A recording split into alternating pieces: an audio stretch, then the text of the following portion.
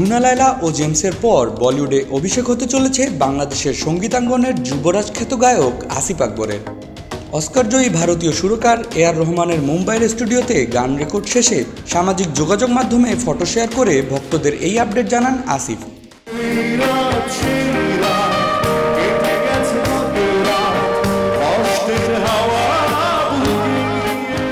একটি গানে রেকর্ড করতে গিয়ে একের পর এক অফার পেয়ে নিজের কণ্ঠে বলিউড মাতাতে প্রস্তুত এই গায়ক।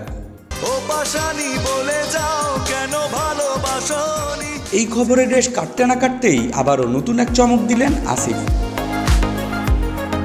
দর্শক, আপনারা দেখছেন দীপ্ত সংবাদ। সবার আগে বস্তুনিষ্ঠ সংবাদ পেতে আমাদের সাথে যুক্ত হতে পারেন ডিজিটাল প্ল্যাটফর্মে।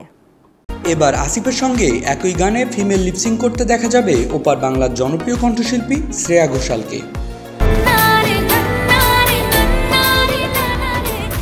সবকিছু ঠিক থাকলে আগামী 24শে নভেম্বর মুম্বাইয়ের একটি স্টুডিওতে একই সঙ্গে গান রেকর্ডে অংশগ্রহণ করবেন আসিফ এবং শ্রেয়া।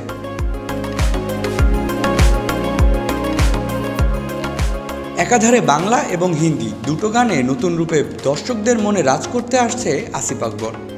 এবার দেখার পালা এটাই, বলিউডে অভিষেকের এই নতুন ট্রান্সফরমেশনকে কিভাবে গ্রহণ করছে তার ভক্ত এবং শ্রোতারা।